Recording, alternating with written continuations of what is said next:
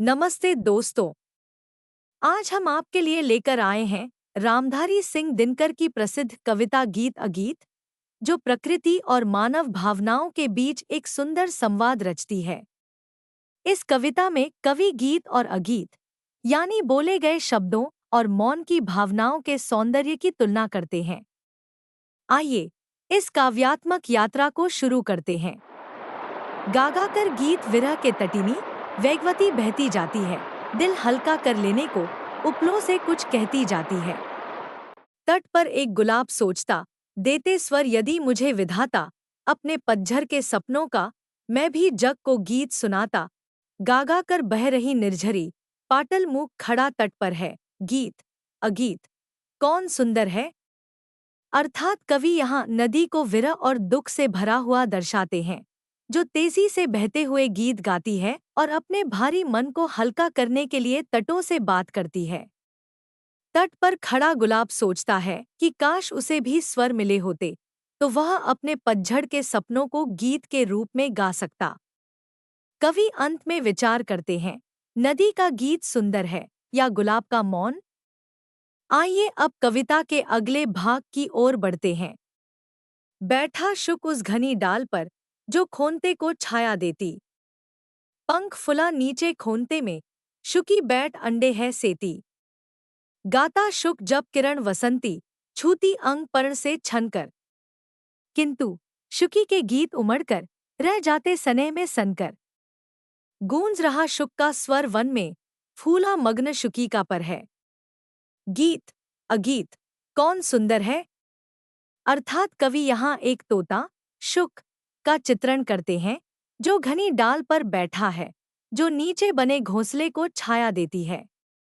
घोंसले में उसकी पत्नी शुकी पंख फैलाकर अंडों को सेक रही है। वसंत की किरणें जब शुक के पंखों को छूती हैं, तो वह आनंद में गीत गाता है। लेकिन शुकी के गीत प्रेम के बंधन में बंध कर मौन रह जाते हैं। कवि फिर पूछते हैं, शुक का गीत सुंदर है या शुकी का मौन। आइए अब कविता के अंतिम भाग की ओर बढ़ते हैं। दो प्रेमी हैं यहाँ, एक जब बड़े सांझ आल्हा गाता है, पहला स्वर उसकी राधा को घर से यहीं खींच लाता है। चोरी चोरी खड़ी नीम की छाया में छिपकर सुनती है।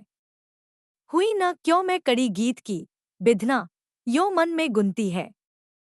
वह गाता पर किसी वेग से फूल रहा इसका अंतर है।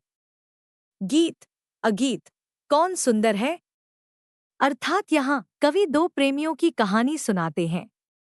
एक प्रेमी संध्या के समय आल्हा गाता है और उसका पहला स्वर ही उसकी प्रेमिका को घर से खींच लाता है। वह छुपकर गीत सुनती है और सोचती है, काश वह इस गीत की एक कड़ी होती। प्रेमी का गीत बाहर गूंजता है, पर उसकी प्रेमिका का हृदय प्रेम की तीव्रता से उमड़ रहा है। कवि पुनः पूछते हैं, गाया हुआ गीत सुंदर है या प्रेम में डूबा मौन। आइए अब इस कविता का सार समझें और कवि के इस गहन प्रश्न का जवाब तलाशें। प्रस्तुत कविता गीत अगीत रामधारी सिंह दिनकर द्वारा रचित है, जिसमें उन्होंने प्रकृति के विभिन्न दृश्यों और भावों का सजीव चित्रण किया है। यह कविता प्रकृति के गीत गाया हुआ और अगीत मौन भाव के सौंदर्य की तुलना पर आधारित है। कवि ने नदी, झरना, गुलाब, पक्षी, वन और प्रेमी प्रेमिका के माध्यम से यह दर्शाया है कि कभी मौन भी बहुत कुछ कह जाता है।